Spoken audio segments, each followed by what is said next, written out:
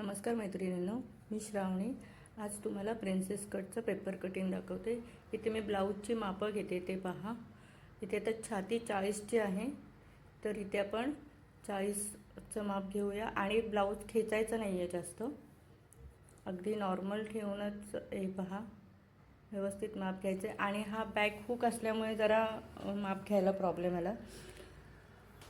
आणि एका साईडला मी लगेच मापं लिहूनही घेत आहे.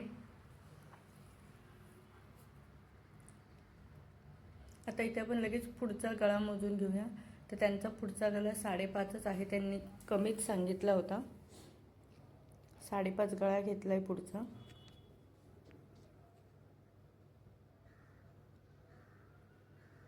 इथे मी बाही बघितली, बाही 11ची आहे. आणि लगेच तिथेच दंडघेरही मोजून घेतला.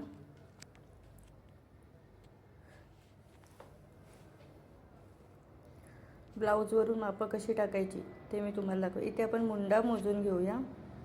इथे मुंडा 10चा आलेला आहे, म्हणजे पूर्ण गोल मुंडा 20चा होईल. आणि इथे आपण पूर्ण उंची टक्सवरून घ्यायचं, जिथे टक्स असतो आपला तिथून पूर्ण उंची 14.5 आहे. इथे आपण शोल्डर घेतलेला आहे, 2.25 शोल्डर आहे. आणि इथे मी मागची गळ्याची पट्टी बघितली, ती जवळजवळ 3 इंचाची आहे. तिथे 3 इंच घेतलं आहे. आणि आता आपण पायपिंग बघितली, कॉर्ड पायपिंग होती त्या मापाच्या ब्लाऊजला. आणि आता इथे आपण कमरेचा माप घेऊया. तर इथे कंबर 34 भरलेली आहे, तर मी तिथे 34 घेतला आहे.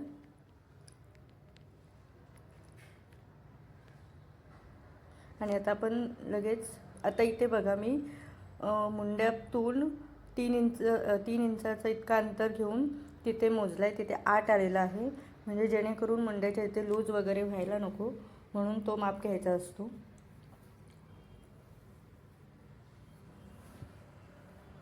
आता इथे आपण पेपरवरती मापं टाकूया. आता मी बंद बाजू माझ्या साईडला घेतलेली आहे आणि ओपन बाजू समोर ठेवले.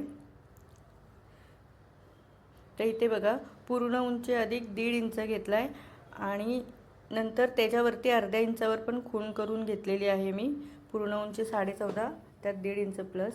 इथे 2.25 मी गळा रुंदी, 2.25 शोल्डर पट्टी आणि 1.25 इंच स्टिचिंग मार्जिन, एवढा इथे आपण 5.25चा घेतलेला आहे. 6चा मुंडा घेतलेला आहे, कारण की 10चं त्याचं मुंड्याचं राऊंड आहे, म्हणून इथे आपण स्ट्रेट लाईन आखून घेऊया लगेच. आणि ते छातीचा 4था भाग, पुढे 1.5 इंच स्टिचिंग मार्जिन. आता जी काय तुमची छाती असेल त्याचा 4था भाग आणि पुढे 1.5 इंच स्टिचिंग मार्जिन घ्यायची आहे. आता हा आपला 40 छातीचा ब्लाऊज आहे.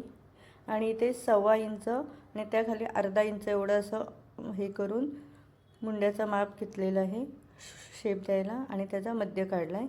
आणि आता मी बघा, जिथे मध्य काढलं आहे तिथून मागील मुंड्याचा शेप देत आहे.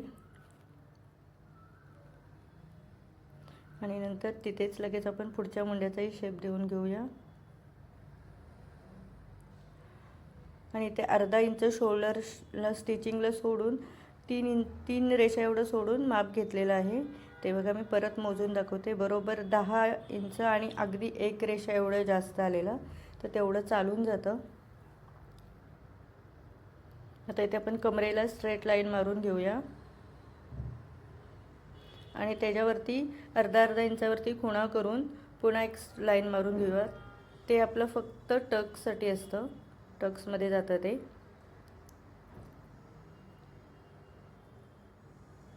आता इथे आपण गळ्याचं माप टाकूया. 5.5चा गळा आहे, 6 टाकलं मी. नंतर तिथे जरा एक्स्ट्रा वाढवलं आणि त्याचा बॉक्स तयार करून घेतलं. खालच्या साईडला 3 इंच टाकलेला आहे. बघ, आणि तिथेच लगेच गळ्याचा शेप देऊन घेऊया. हे पहा, इथे मी पुन्हा अर्धा इंच वाढवलं, कमी झालेलं म्हणून. आणि आता आपण तो शेप देऊन घेतलेला आहे. लक्ष देऊन बघा, म्हणजे कळेल. आणि इथे मी ना प्रिन्सेसचा पॉईंट काढला नव्हता, तर आपण इथे टक्स पॉईंट काढून घेऊया.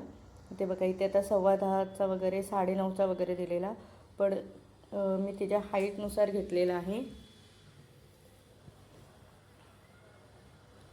इथे मी 10.25चा टक्स पण घेतला. मधला टक्स तर इथे 4 इंच घेतलेला आहे आणि खाली 3.5 इंच घेतलेला आहे. आता इथे जरा नीट लक्ष देऊन बघा मी टक्स कसा पुढे वाढवते ते. आणि इथे क्रॉस लाईन मारून घेतली. पुढे 3 इंचाचा मधला टक्स घेतलेला आहे. आणि आता इथे बघा हे जे 3.5 इंच आहेत ते आपल्याला सोडायचं आहे आणि त्या टक्सवरती ठेवायचं आहे. तुम्ही नीट लक्ष देऊन बघा.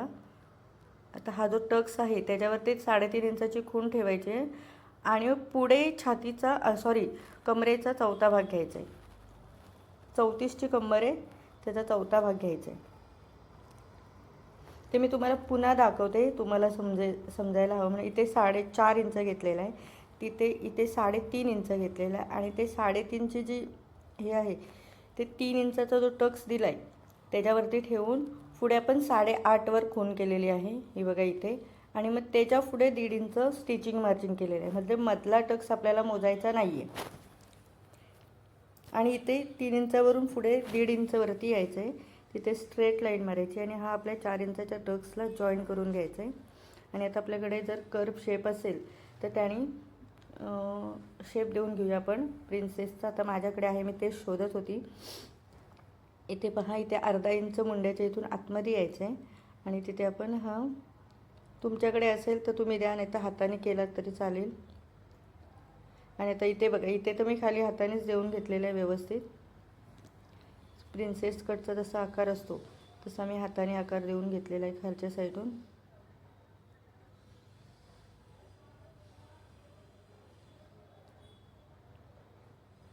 ते इथे डार्क करून घेते आणि इथे 1.5 इंच दोन्ही साईडून आणि मधला टक्स 2.5 इंचाचा असं तेवढं मार्क करून तेही आपण शेप देऊन घेऊया. इथे पुढे अर्धा इंच वाढवायचं आहे, कारण की जो मधला टक्स आपण घेतला आहे तो इथे अर्धा इंच आला पाहिजे. आणि आता इथे आपण मार्किंग करून घेऊया.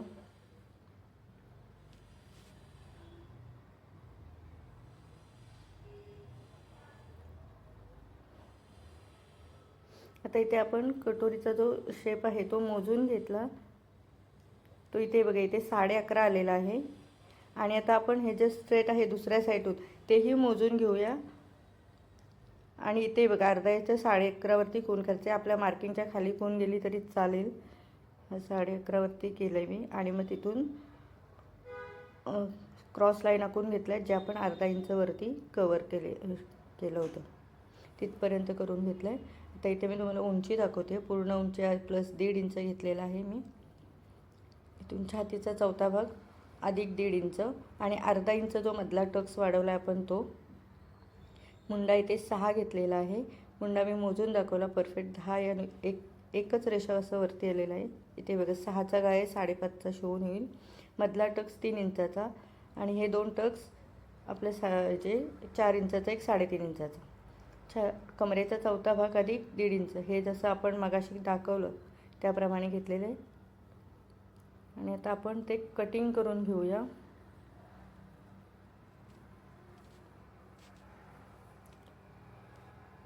स्किप न करता बघा, म्हणजे तुम्हाला कळेल.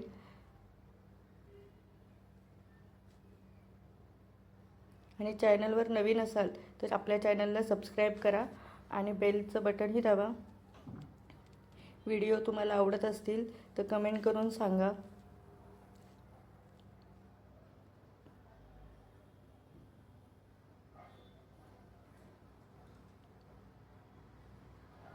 आता इथे आपण नॉच देऊन घेऊया गळ्याच्या इथे. आणि आता मध्यातून कट करून घेऊया, कारण की आपण डबल फोल्ड पेपर घेतलेला, दोन्ही पॅटर्न संगत निघाले. आता आपण हा वरचा जो आहे तो साईडला ठेवून देऊया आणि आपण बॅक पार्टच पूर्ण करून घेऊया. आता इथे बघा, पूर्ण उंची अधिक 1 इंचच घ्यायचं आपल्याला बॅक पार्टमध्ये. त्यामुळे ते जे अर्धा इंच एक्स्ट्रा होतं ते आपल्याला कट करून टाकायचं आहे. आणि आता इथे मी मार्किंग करून घेतलेलं आहे. तर 1 इंच इतकं वाढलेलं आहे, कारण की आपला टक्स अर्धा इंच अजून खाली गेला होता. आणि इथे सुद्धा छातीचा चौथा भाग करायचा आहे आणि त्याच्या पुढे 1.5 इंच आणि जो अर्धा इंच आपला वाढला होता पुढच्या भागात टक्ससाठी तोही कट करून घ्यायचा आहे. इथे कमरेचा चौथा भाग अधिक 1.5 इंच आणि 1 इंच मागच्या टक्ससाठी असं 2.5 इंच वाढवून घ्यायचं आहे. आणि मग बाकीचे लाईन आखून ते सगळं कट करून टाकायचं आपल्याला.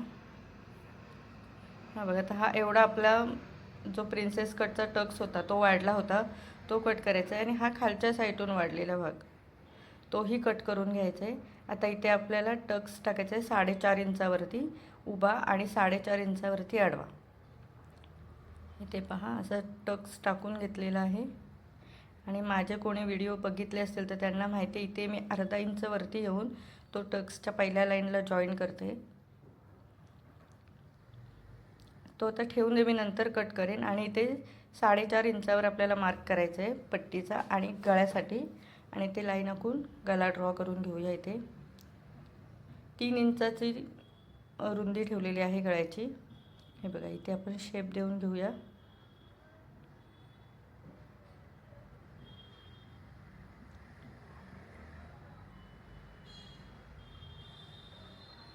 तर हे झालेलं आहे आपलं. आणि आता आपण फ्रंट पार्ट घेऊया. आता इथे आपण पहिले मुंड्याचा शेप कट करून घेऊया.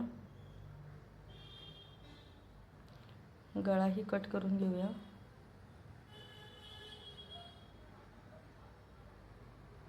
हे बघा इथे अर्धा इंच वरती येऊन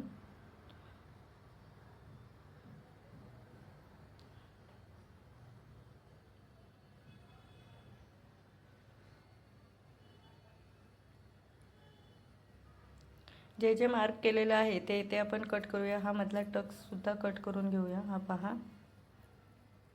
आणि इथे जे पाव इंच दोन्ही साईडला आपण कट केलं होतं टक्स दिलेला तेही टक्स कट करून घ्यायचे आहेत. आणि आता आपण इथे बघा हे वरती घेतलं, जरा कॅमेऱ्यात नाही दिसलं, तिथे आपण नॉच दिलेले आहेत. हे पहा इथे. आणि आपला हा प्रिन्सेस कटही तयार झालेला आहे.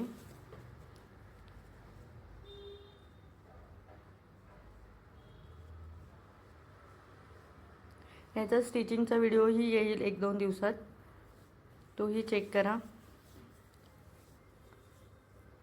आणि इथे मी आता ज्या कस्टमरचं ब्लाऊज आहे त्याचं नाव टाकून घेतलेलं आहे, जेणेकरून नेक्स्ट टाईम जर मला ब्लाऊज आलं तर मग मला ते पेपर पॅटर्न काढून तसं स्टिच करायला बरं पडेल. आणि ह्या कस्टमरचे 3 ब्लाऊज आहेत आपल्याकडे आत्ता. त्यांनी एक ट्रायलला दिलेला आहे, तर त्यांचं ट्रायलचं पूर्ण दिल्यानंतर मी तुम्हाला दाखवेन तोही ब्लाऊज त्यांना कसा बसला आहे ते. आता इथे आपण बाहीचं कटिंग करून घेऊया. इथे बाही छातीचा चौथा भाग अधिक असं वजा अर्धा घेतो, पण इथे नाही केलेलं आहे कारण की मी पूर्ण टाकलेलं आहे.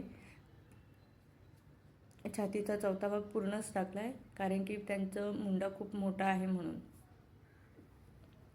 त्याचा बॉक्स तयार करून घेऊया. आधी मी तसं केलं आहे, तो छातीचा चौथा भाग वजा अर्धा इंच, पण मग ते कमी पडलं त्याच्यामुळे मी पुन्हा इथे 4.5 इंच घेतलं आपण कॅप हाईट. आणि त्याचं मधी रेष आखून मध्य काढून घ्यायचं आहे 1.5 इंच. आधी 1.5 इंचावर इथे खून केली आणि मग नंतर त्याचा मध्य काढलेला आहे. आणि दोन्ही साईडून अर्धा इंच किंवा अर्धा इंचला एक रेषा कमी एवढा अंतर सोडून इथे दंडघेराचा मध्य काढून दंडघेराचा निम्म्य अधिक 1.5 इंच घ्यायचं आहे. आणि इथे आपण जसं नेहमी बाहीला शेप देतो त्याप्रमाणे शेप देऊन घ्यायचं आहे.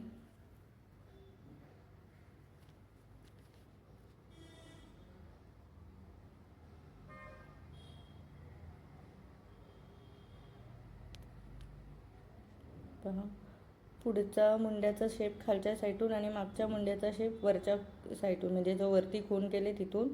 आणि आता मी इथे मोजून घेतला तर अर्धा इंचापेक्षा जास्त कमी आला मला, त्यामुळे मी इथे बघा पुन्हा ते तेवढं वाढवून घेतलं. जेवढं होती छाती तेवढं टाकला पूर्ण छातीचा भाग.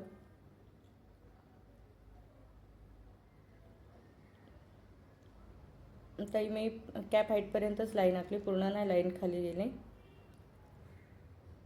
पुन्हा त्याच्यावर कॅप हाईट टाकून घेतली, त्याचा पुन्हा मध्य काढला. त्यावेळेला ते 1.5 इंच एवढं वाढलं आणि मग ती बाहीचं बरोबर परफेक्ट आली मोजल्यानंतर. हे बघा पुन्हा त्याचं मध्य काढलं, पुन्हा अर्धा इंचावरून असं मध्यातून हे केलं, खुणा केल्या आणि मग त्याच्यावरून शेप दिलेला आहे.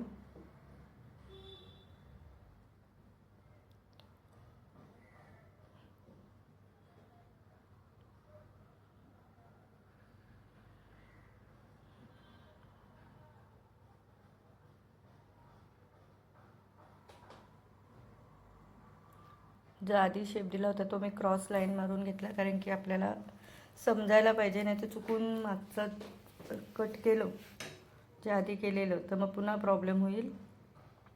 हे बघा इथे आता पूर्ण परफेक्ट आलेलं आहे. तर आता आपण इथे कट करून घेऊया. हे दंड घेऱ्याचा निम्म्या अधिक 1.5 इंच दिला आहे आणि आता आपण कट करून घेऊया.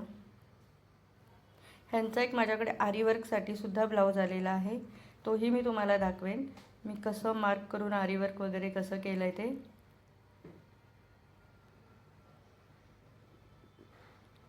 हे नवरीचे ब्लाऊज आहेत. साखरपुड्याचा ब्लाऊज आरी वर्कसाठी आलेला आहे आणि एक आत्ता 2 ब्लाऊज त्यांनी एक ट्रायलला दिलेला आहेत आणि 2 साखरपुड्याचे जे ओटी भरायला आपण साडी घेतो ती आणि नंतर जी नवरदेवाकडून असते ती, असे हे 2 ब्लाऊज आलेले आहेत त्याचे माझ्याकडे आणि हा एक ट्रायलला एक आलेला आहे.